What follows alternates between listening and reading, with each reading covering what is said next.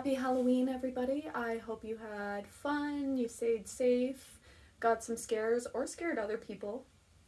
I don't judge. I am currently defrosting from taking my children to trick-or-treating because I am in Canada and it is freaking cold this time of year.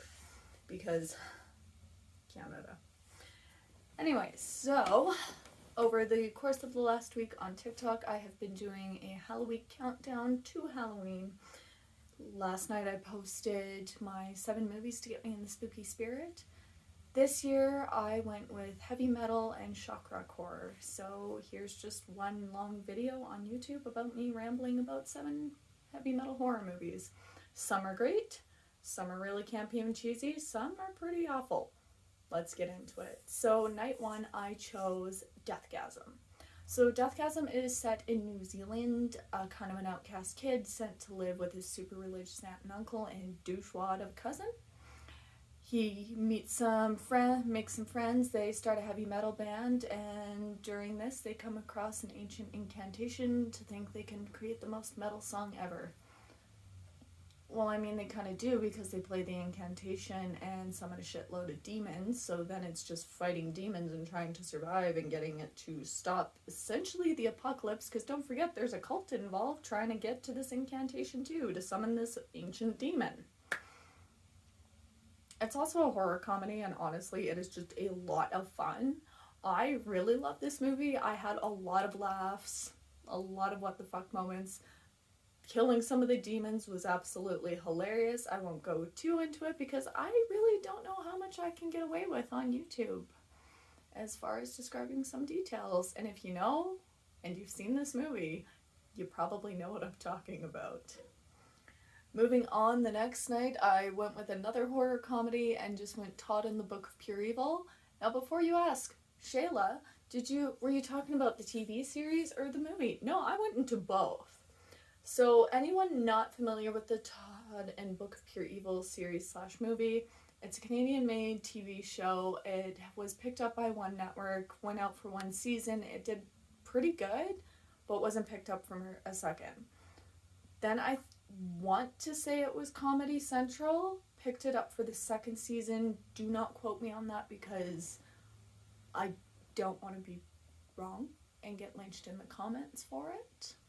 Either way, they were picked up by a different network for a 2nd season, did well, but then was dropped again.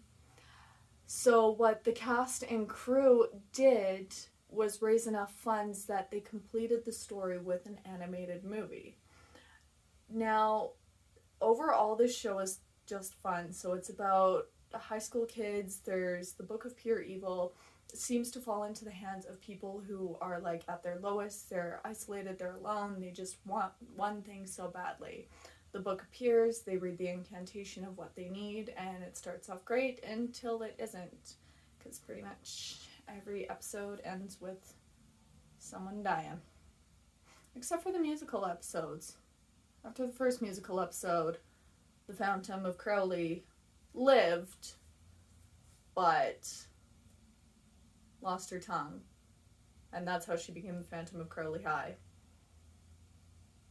And then she came back again, lived, and then in the 2nd season switched places with Hannah,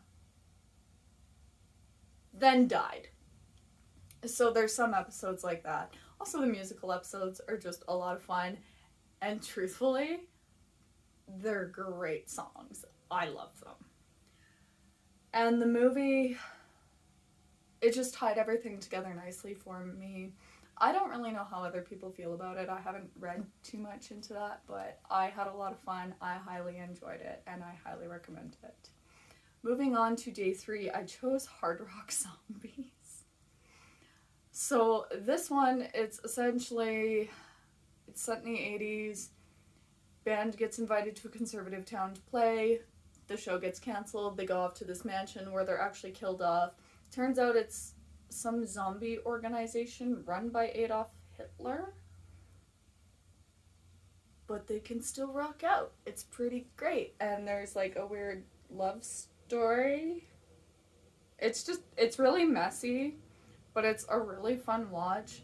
I enjoy it. I enjoy laughing at it. And the soundtrack, I'm sorry, I'm just gonna say it, for how overall bad the movie actually is, that soundtrack does not deserve to be that good. Or maybe that's just how they thought they'd make up for it. But yeah, you'd have to really, it's hard, a movie that is harder to explain, you'd have to watch it to know what I'm talking about. So after this video, I hope you pick up a few movies that you're gonna go watch. So yeah. For day 4, I chose Hard Rock Nightmare, which is essentially heavy metal werewolves. It's about a kid, he sees his werewolf kill someone.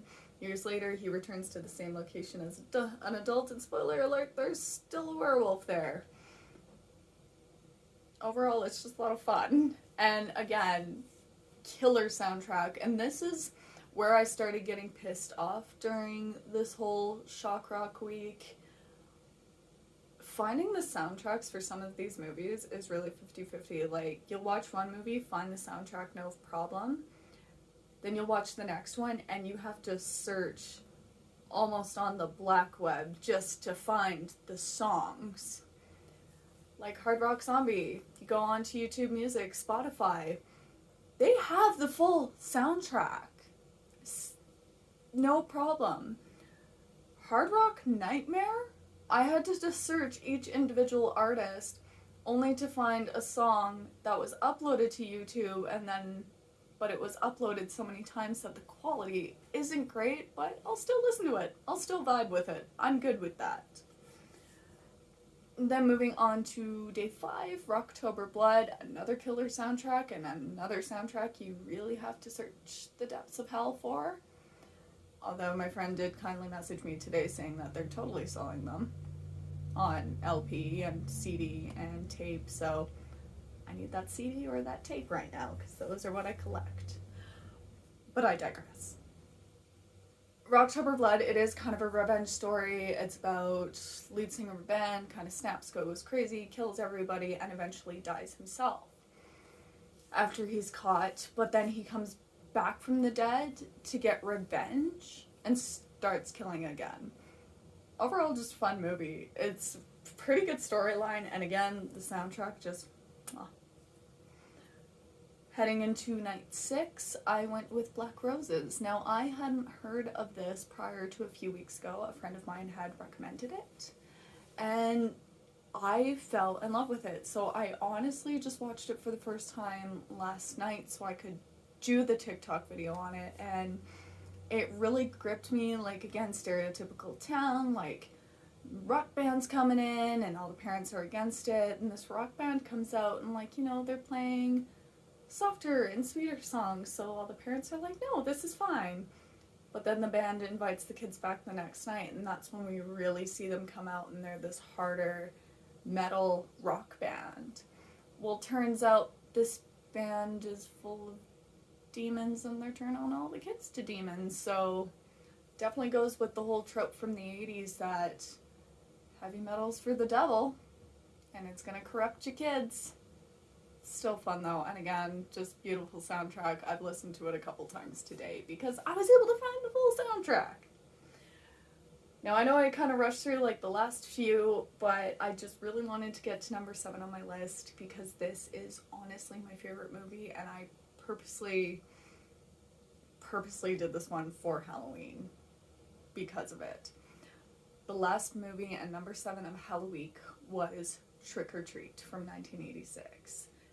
And if you didn't gather from my Sammy Kerr Live shirt, and maybe even my Sammy Kerr hoodie that I was wearing last night in my video, you should have guessed.